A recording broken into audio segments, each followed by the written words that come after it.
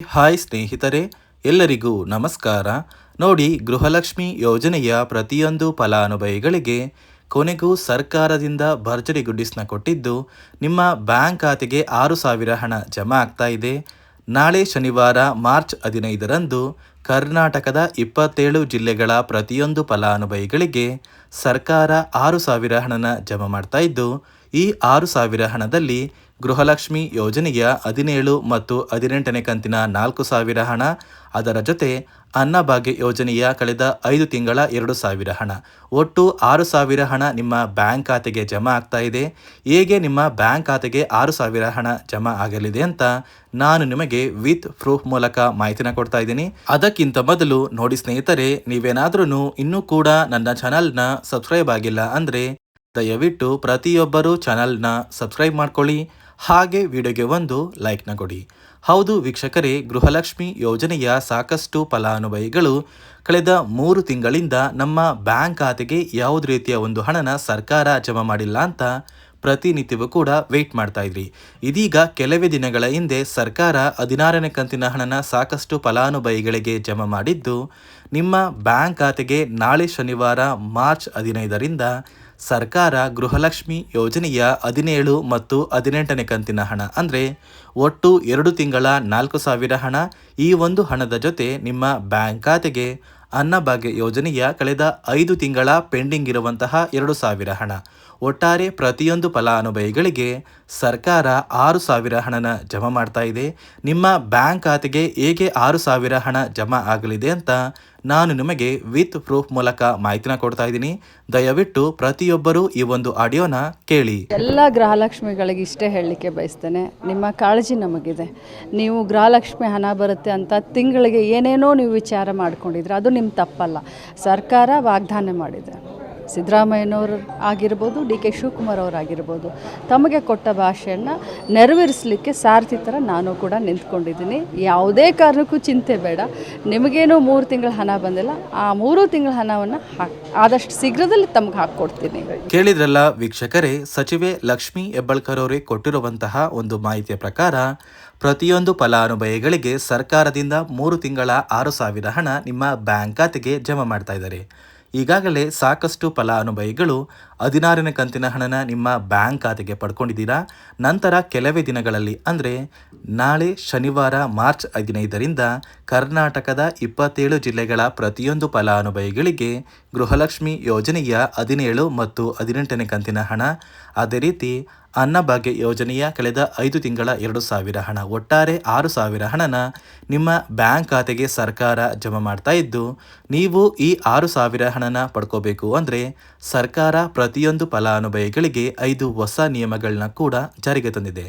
ಈ 5 ನಿಯಮಗಳನ್ನ ನೀವು ಪಾಲಿಸಿದರೆ ಮಾತ್ರ ನಿಮ್ಮ ಬ್ಯಾಂಕ್ ಖಾತೆಗೆ 6,000 ಹಣ ಜಮಾ ಆಗೋದು. ಒಂದು ವೇಳೆ ಸರ್ಕಾರದಿಂದ ನೀವು ಕೊಟ್ಟಿರುವಂತಹ ಈ ನಿಯಮಗಳನ್ನ ಪಾಲಿಸಿಲ್ಲ ಅಂದರೆ ನಿಮ್ಮ ಬ್ಯಾಂಕ್ ಖಾತೆಗೆ ಹಣ ಕ್ಯಾನ್ಸಲ್ ಆಗುವಂತಹ ಸಾಧ್ಯತೆ ತುಂಬಾ ಇರುತ್ತೆ. ಇದೇ ಒಂದು ಕಾರಣಕ್ಕೆ ಸುಮಾರು 1 ಲಕ್ಷಕ್ಕಿಂತ ಅಧಿಕ ಫಲಾನುಭವಿಗಳ ಬ್ಯಾಂಕ್ ಖಾತೆಗೆ ಸರ್ಕಾರ ಈ ಬಾರಿ ಈ 6,000 ಹಣನ ಕ್ಯಾನ್ಸಲ್ ಮಾಡಿದೆ. ಹಾಗಾದರೆ ಬನ್ನಿ, ಯಾವ ನಿಯಮಗಳ ಪ್ರಕಾರ ಫಲಾನುಭವಿಗಳ ಬ್ಯಾಂಕ್ ಖಾತೆಗೆ ಹಣ ಕ್ಯಾನ್ಸಲ್ ಆಗಿದೆ ಅಂತ ನಾನು ನಿಮಗೆ ತಿಳಿಸ್ಕೊಡ್ತಾ ಇದ್ದೀನಿ. ಅದಕ್ಕಿಂತ ಮೊದಲು ನಾಳೆ ಶನಿವಾರ ಮಾರ್ಚ್ 15ರಂದು ಕರ್ನಾಟಕದ ಯಾವ ಜಿಲ್ಲೆಗಳ ಫಲಾನುಭವಿಗಳಿಗೆ ಸರ್ಕಾರ 6,000 ಹಣನ ಜಮಾ ಮಾಡ್ತಾ ಇದೆ ಅಂದರೆ ನೋಡಿ ಸ್ನೇಹಿತರೆ, ಮೊದಲಿಗೆ ಬಾಗಲಕೋಟೆ, ಬೆಳಗಾವಿ, ವಿಜಯಪುರ, ಧಾರವಾಡ, ಗದಗ, ಹಾವೇರಿ, ಉತ್ತರ ಕನ್ನಡ, ಬೆಂಗಳೂರು ನಗರ, ಬೆಂಗಳೂರು ಗ್ರಾಮಾಂತರ, ರಾಮನಗರ, ಚಿಕ್ಕಬಳ್ಳಾಪುರ, ಚಿತ್ರದುರ್ಗ, ದಾವಣಗೆರೆ, ಕೋಲಾರ, ಶಿವಮೊಗ್ಗ, ತುಮಕೂರು, ಬಳ್ಳಾರಿ, ಬೀದರ್, ಕಲಬುರಗಿ, ಕೊಪ್ಪಳ, ರಾಯಚೂರು, ಯಾದಗಿರಿ, ವಿಜಯನಗರ, ಚಾಮರಾಜನಗರ, ಚಿಕ್ಕಮಗಳೂರು, ದಕ್ಷಿಣ ಕನ್ನಡ, ಹಾಸನ, ಕೊಡಗು, ಮಂಡ್ಯ, ಮೈಸೂರು ಮತ್ತು ಉಡುಪಿ, ಈ 27 ಜಿಲ್ಲೆಗಳ ಪ್ರತಿಯೊಂದು ಫಲಾನುಭವಿಗಳಿಗೆ ಸರ್ಕಾರ ಗೃಹಲಕ್ಷ್ಮಿ ಯೋಜನೆಯ 17 ಮತ್ತು 18ನೇ ಕಂತಿನ ಹಣ, ಅದೇ ರೀತಿ ಅನ್ನಭಾಗ್ಯ ಯೋಜನೆಯ ಕಳೆದ 5 ತಿಂಗಳ 2,000 ಹಣನ ಶನಿವಾರ ಮಾರ್ಚ್ 15ರಿಂದ ಪ್ರತಿಯೊಂದು ಫಲಾನುಭವಿಗಳಿಗೆ ಜಮಾ ಮಾಡ್ತಾ ಇದೆ. ಪ್ರತಿಯೊಂದು ಫಲಾನುಭವಿಗಳು ಮಾರ್ಚ್ 20ರಷ್ಟರಲ್ಲಿ ನಿಮ್ಮ ಬ್ಯಾಂಕ್ ಖಾತೆಗೆ ಸೇರಬೇಕಾಗಿರುವ ಈ 6,000 ಹಣನ ಕೆಲವೇ ದಿನಗಳಲ್ಲಿ ಪಡ್ಕೋತೀರಾ. ಅದೇ ರೀತಿ ಸುಮಾರು ಸುಮಾರು 1,23,000 ಫಲಾನುಭವಿಗಳ ಬ್ಯಾಂಕ್ ಖಾತೆಗೆ ಸರ್ಕಾರ ಈ ಬಾರಿ ಈ 6,000 ಹಣನ ಜಮಾ ಮಾಡ್ತಾ ಇಲ್ಲ.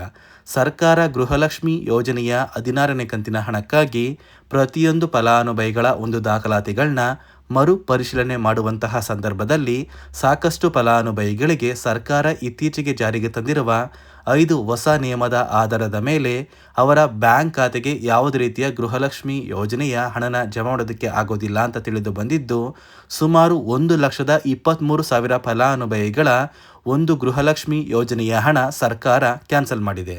ಹಾಗಾದರೆ ಬನ್ನಿ ಸ್ನೇಹಿತರೆ, ಸರ್ಕಾರ ಜಾರಿಗೆ ತಂದಿರುವ 5 ಹೊಸ ನಿಯಮಗಳು ಏನು ಅಂತ ನಾನು ನಿಮಗೆ ತಿಳಿಸ್ಕೊಡ್ತಾ ಇದ್ದೀನಿ. ನೋಡಿ ಸ್ನೇಹಿತರೆ, ಮೊದಲನೆಯ ಒಂದು ನಿಯಮ ಬಂದು ಗೃಹಲಕ್ಷ್ಮಿ ಯೋಜನೆಯ ಪ್ರತಿಯೊಂದು ಫಲಾನುಭವಿಗಳು ಯಾರೆಲ್ಲ ಇದ್ದೀರಾ, ನಿಮ್ಮ ಮನೆಯ ಪ್ರತಿಯೊಂದು ಸದಸ್ಯರ ಆಧಾರ್ ಕಾರ್ಡ್ನ ನಿಮ್ಮ ಬಳಿ ಇರುವಂತಹ ಒಂದು ರೇಷನ್ ಕಾರ್ಡಿಗೆ ಕಡ್ಡಾಯವಾಗಿ ಲಿಂಕ್ ಮಾಡಿಸ್ಬೇಕು. ಈ ಒಂದು ನಿಮ್ಮ ಆಧಾರ್ ಕಾರ್ಡ್ನ ಲಿಂಕ್ ಮಾಡಿಸೋದಕ್ಕೆ KYC ಅಂತ ಕರೀತಾರೆ. ಸಾಕಷ್ಟು ಫಲಾನುಭವಿಗಳ ಒಂದು ರೇಷನ್ ಕಾರ್ಡಿಗೆ KYC ಪೆಂಡಿಂಗ್ ಇದೆ. ಅದೇ ಒಂದು ಕಾರಣಕ್ಕೆ ಸರ್ಕಾರ ಈ ಬಾರಿ ಈ 5 ಹೊಸ ನಿಯಮಗಳನ್ನ ಜಾರಿಗೆ ತಂದಿದೆ. ಅದೇ ರೀತಿ ಎರಡನೆಯ ಒಂದು ನಿಯಮ ಬಂದು ಸಾಕಷ್ಟು ಫಲಾನುಭವಿಗಳ ಒಂದು ಆಧಾರ್ ಕಾರ್ಡ್ ಏನಿದೆ, ಆ ಒಂದು ಆಧಾರ್ ಕಾರ್ಡ್ 15 ವರ್ಷ ಅಥವಾ 15 ವರ್ಷಕ್ಕಿಂತ ಹೆಚ್ಚು ಹಳೆಯ ಆಧಾರ್ ಕಾರ್ಡ್ ಆಗಿದೆ. ಈ ಒಂದು ಫಲಾನುಭವಿಗಳು ಅವರ ಆಧಾರ್ ಕಾರ್ಡ್ಗೆ ಯಾವುದೇ ರೀತಿಯ ತಿದ್ದುಪಡಿ ಕೂಡ ಮಾಡಿಸಿಲ್ಲ ಮತ್ತು ಯಾವುದೇ ರೀತಿಯ ಒಂದು ಅಪ್ಡೇಟ್ನ ಕೂಡ ಮಾಡಿಸಿಲ್ಲ. ಅದೇ ಒಂದು ಕಾರಣಕ್ಕೆ ನಿಮ್ಮ ಆಧಾರ್ ಕಾರ್ಡ್ನ ನೀವು ತಿದ್ದುಪಡಿ ಮಾಡಿಸಿಲ್ಲ ಅಂದರೆ ನಿಮ್ಮ ಬ್ಯಾಂಕ್ ಖಾತೆಗೆ 2,000 ಹಣ ಜಮಾ ಆಗ್ತಾ ಇಲ್ಲ. ಮತ್ತೆ ಸ್ನೇಹಿತರೆ, ಸರ್ಕಾರ 16ನೇ ಕಂತಿನ ಹಣನ ಜಮಾ ಮಾಡುವ ಮುಂಚೆ ಪ್ರತಿಯೊಂದು ಫಲಾನುಭವಿಗಳ ಒಂದು ದಾಖಲಾತಿಗಳನ್ನ ಮರುಪರಿಶೀಲನೆ ಮಾಡಿದ್ದಾರೆ. ಈ ಒಂದು ಸಂದರ್ಭದಲ್ಲಿ ಫಲಾನುಭವಿಗಳು ಸರ್ಕಾರಕ್ಕೆ ತೆರಿಗೆನ ಕಟ್ತಾ ಇರೋದು ತಿಳಿದು ಬಂದಿದೆ. ಅದೇ ರೀತಿ 4ನೆಯ ಒಂದು ನಿಯಮ ಬಂದು ಸರ್ಕಾರದಿಂದ ಬರುವಂತಹ ಒಂದು ರೇಷನ್ನ ಕಳೆದ 3 ತಿಂಗಳಿಂದ ನೀವು ಪಡ್ಕೊಂಡಿಲ್ಲ ಅಂದರೆ ನಿಮ್ಮ ಬ್ಯಾಂಕ್ ಖಾತೆಗೆ ಗೃಹಲಕ್ಷ್ಮಿ ಯೋಜನೆಯ ಹಣ ಜಮಾ ಆಗೋದಿಲ್ಲ. ಮತ್ತು ಸ್ನೇಹಿತರೆ, 5ನೆಯ ಒಂದು ನಿಯಮ ಬಂದು ನಿಮ್ಮ ಒಂದು ವಾರ್ಷಿಕ ಆದಾಯ 7 ಲಕ್ಷಕ್ಕಿಂತ ಕಡಿಮೆ ಇರಬೇಕು. ಒಂದು ವೇಳೆ ವಾರ್ಷಿಕ ಆದಾಯ 7 ಲಕ್ಷಕ್ಕಿಂತ ಜಾಸ್ತಿ ಇದ್ದರೆ ನಿಮ್ಮ ಬ್ಯಾಂಕ್ ಖಾತೆಗೆ ಗೃಹಲಕ್ಷ್ಮಿ ಯೋಜನೆಯ ಹಣ ಬರೋದಿಲ್ಲ.